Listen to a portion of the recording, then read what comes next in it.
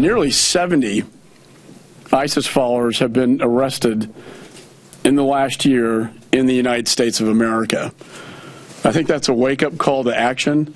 The findings indicate that number one, the threat is getting worse, not better, that we are losing in this struggle to keep Americans from the battlefield, because many are still going to the region and coming back. And I think most importantly that we lack a national strategy to deal with this problem. Bipartisan task force with a new report on foreign fighters, calling the flow of foreign fighters into Syria and Iraq, quote, the largest global convergence of jihadists in history. Finds that some 7,000 have been added in just the past few months alone, most from the Middle East and North Africa, but thousands from Europe, and some 250 Americans who have come back to the U.S. in some way, shape, or form. Let's bring in our panel. Yoki Dreesen, managing editor of Foreign Policy. Mar Liasson, national political correspondent of National Public Radio, and syndicated columnist Charles Krauthammer. Charles, the report in and of itself is stunning if you take the big, broad look at how big this threat is. It's huge, it's growing, it's unique, it's never happened. When you compare it to the al-Qaeda presence in Afghanistan, it is historically unprecedented. But what's also unprecedented is the utter passivity of the United States. The real story this week is what happened at the UN, where Putin essentially stepped in and took over Syria. He's now the leader. We had said 2 weeks ago, I think it was the Secretary of State, who said that the buildup of the Russians in Syria was doomed to fail. 2 weeks later, we have not only accepted it, we welcome it as a fight against ISIS, and we concede essentially that Assad will stay under the protection of the Russians. And the irony is that the Russians aren't in there to fight ISIS. The Russians are in there to support Assad, establish their predominance in the region, to bring in Iran, and to establish military facilities.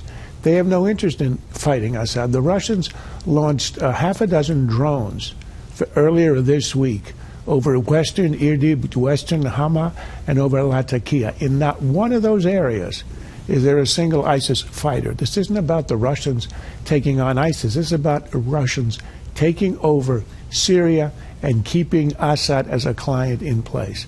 That's what happened even as the administration sputters because it has no idea what to do. It's important to point out on this report on the Homeland Security Committee that bipartisan, Democrats and Republicans sign on to this thing. And not only are hundreds of Americans going over there, they're coming back. So we're not stopping them from going, and we're not stopping and we're not identifying them and picking them up when they come back. And it's amazing to me that we haven't had more incidents in the United States from people who have gone over and come back as there have been in Europe. But this is a problem. It's a growing threat. Both parties see that it is, and now they have to devise a strategy to stop it because we don't have one. Yoki. What's interesting, it's not just bipartisan, but the White House, frankly, admits to these numbers. They're saying that there are now 30,000 foreign fighters in Syria and in Iraq, much more than they said last year when they said it was about 15,000 to 20,000. So they're also acknowledging an increase. The scariest part of this, to me, is not simply the number who are flowing or the number coming back.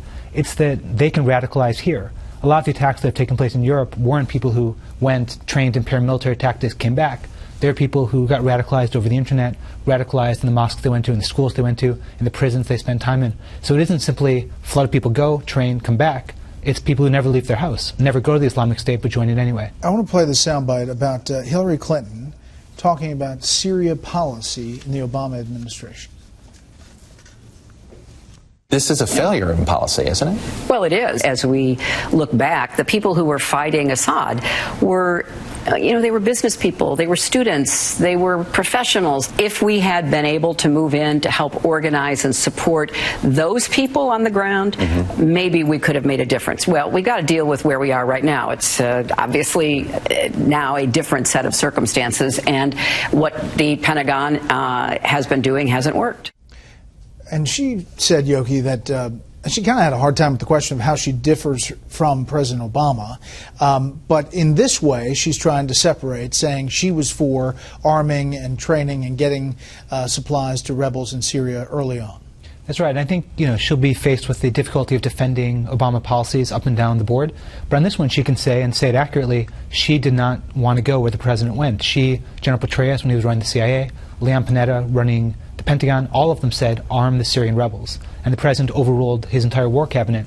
So on this particular issue, she could say, I was here, the president overruled me, and she's telling the truth. A failure in policy. To hear the former Secretary of State say that. I can't think of a bigger split between her and President Obama in foreign policy. This is a huge amount of daylight. And what she's saying is, she's being modest about it, but, if only they'd listened to me. In other words, things might have been different if we'd moved early. There were many Republicans who wanted to do that too. Lindsey Graham and John McCain were for this. But what she's saying is things would have been different if my policy recommendations had been followed. Now, she's going to have to answer why she couldn't convince the president. What good were you if you couldn't get him to do this? But this is a big, big difference. She is right, and the president wakes up 3 years after her advice, announces it's now almost exactly a year ago that he's now going to lead a 62-member coalition against ISIS. Remember the speech he made, the launching of the airstrikes? Well, 62 nations have produced an army of 9. That's unique, I think, in the history of warfare.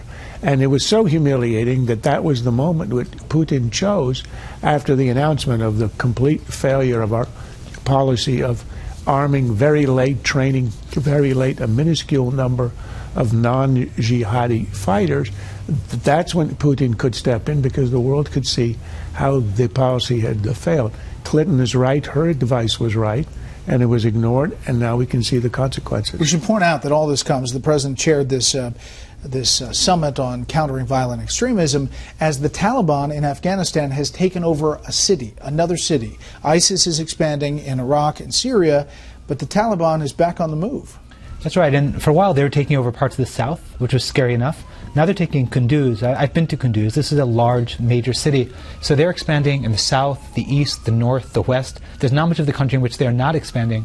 And you remember, for a while the White House was saying, you will not see Afghan cities fall, this won't be Iraq. Now you're seeing Afghan cities fall, and it's taking on the feel or the scent a little bit of Iraq. And what's so scary about the fall of this city, in the north, we've always known that the heart of the Taliban, their tribal support, is the Pashtun, who are in the south. But the north had always been a fairly anti-Taliban area. In fact, when we invaded in 2001, our allies were the Northern Alliance. They were already on our side. So this is a really extraordinary development. And the irony of having Obama preside over a summit about violent extremism as the important city in Afghanistan is falling, and as his Syria policy falls apart, is a metaphor for the whole foreign policy. Obama loves meetings, he loves talks, he loves coalitions. In the meantime, all of our allies in the region are on the run.